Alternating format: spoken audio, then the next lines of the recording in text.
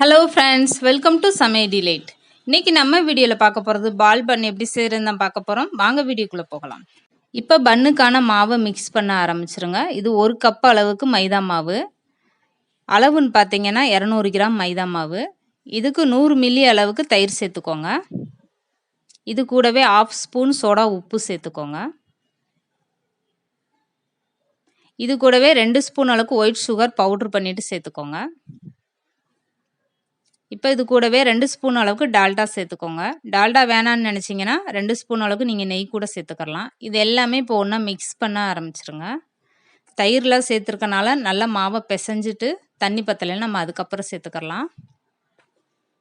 இப்போ தண்ணியை கொஞ்சம் கொஞ்சமாக தெளிச்சிட்டு மாவு பிசைங்க.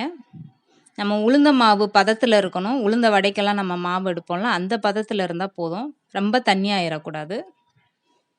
நான் மாவை கையில் எடுத்து காட்டுறேன் பாருங்கள். மாவோடைய பதம் இந்த அளவுக்கு திக்காக இருக்கணும். இதுக்கு மேலே நீங்கள் தண்ணி சேர்த்துறாதீங்க. கையில் எடுக்கும்போதே நம்மளுக்கு அழகாக வரும். உளுந்த மாவு மாதிரி அழகாக வரணும். இந்த அளவுக்கு இப்போ போதுமான அளவு. இப்போ மாவு ரெடி ஆயிடுச்சு. மூடி போட்டுட்டு இதை ஒரு 15 நிமிஷம் நம்ம ஊற வச்சிடலாம். இந்த டைமிங்கில் இங்கிட்டு சுகர் சிரப் ரெடி பண்ணிடுவோம். நான் எந்த கப்பில் மாவு எடுத்தனோ அதே கப்பில் 3/4 கப் அளவுக்கு ஒயிட் சுகர் எடுத்திருக்கேன். இதுக்கு 1 கிளாஸ் அளவுக்கு தண்ணி ஊற்றுங்க போதும். இப்போ ஸ்டவ்வை ஆன் பண்ணிவிட்டு நம்ம சுகர் சிரப்பு ரெடி பண்ணிடலாம். இது நல்லா கரைஞ்சி வரட்டும். நம்மளுக்கு ரொம்பவும் தண்ணியாக வேண்டாம், ரொம்ப கம்பி பதத்துலேயும் வேண்டாம். குலோப் ஜாமுக்கெல்லாம் எப்படி சுகர் சிரப் ரெடி பண்ணுவோமோ அந்த ஸ்டேஜில் நம்மளுக்கு ஸ்டவ் ஆஃப் பண்ணிடலாம். இப்போ கொஞ்சமாக நீங்கள் ஏலக்காய் தூள் வேணும்னா சேர்த்துக்கோங்க, நல்லா வாடையாக இருக்கும். ஸ்டவ் ஆஃப் பண்ணிவிட்டு நான் கையில் எடுத்து காட்டுறேன் பாருங்கள். சுகர் சிரப் எந்த அளவுக்கு திக்காக இருக்குன்னு. கம்பி பதத்துக்கு முந்தைய ஸ்டேஜில் நீங்கள் ஆஃப் பண்ணிடணும். இப்போ நம்மளுக்கு கரெக்டாக இருக்குது. இந்த மாவை ஓப்பன் பண்ணி காட்டுறேன். நல்லாவே மாவு ஊறிடுச்சு. கையில் எடுத்து காட்டுறேன் பாருங்கள். இந்த அளவுக்கு நம்மளுக்கு உளுந்த மாவு மாதிரி இருக்கணும். இப்போ இதை பொரிச்சு எடுத்துடலாம். இப்போ இதை பொரிச்சு எடுக்கிற அளவுக்கு எண்ணெய் ஊற்றிக்கோங்க. இந்த எண்ணெய் ரொம்ப சூடாகிடக்கூடாது.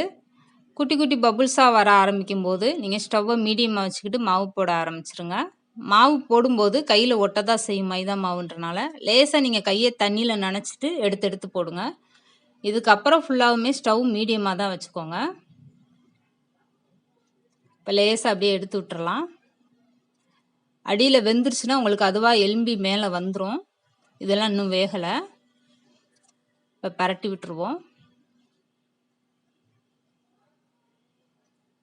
ஒவ்வொன்றும் இந்த மாதிரி பரட்டி விட்டுருங்க. ஸ்டவ்வை மீடியமாக வச்சுட்டே பொரிச்சு எடுத்துருங்க.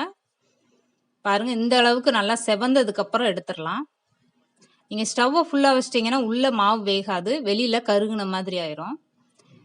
இப்போ பன் ரெடி ஆயிடுச்சு. இதை ஜீனி பாகில் போட்டு எடுத்துருவோம். இப்போ ரெடி பண்ணி வச்சுருக்க இந்த சுகர் சிரப்பில் ஒவ்வொரு பன்னாக சேர்த்துருங்க. சுகர் சிரப்பை ஆற விட்டுட்டு நீங்கள் சேர்க்கணும். சூடான சுகர் சிரப்பில் சேர்த்துட்டிங்கன்னா மேலே மட்டும் சீக்கிரமே நம்மளுக்கு ஊறிடும், உள்ளே வந்து மாவாக இருக்கும். அப்போ சாப்பிடும்போது அந்த டேஸ்ட்டு நம்மளுக்கு கிடைக்காது, இனிப்பு சுவை கிடைக்காது. சுகர் சிரப்பை ஆற வச்சுட்டு இந்த மாதிரி சேருங்க.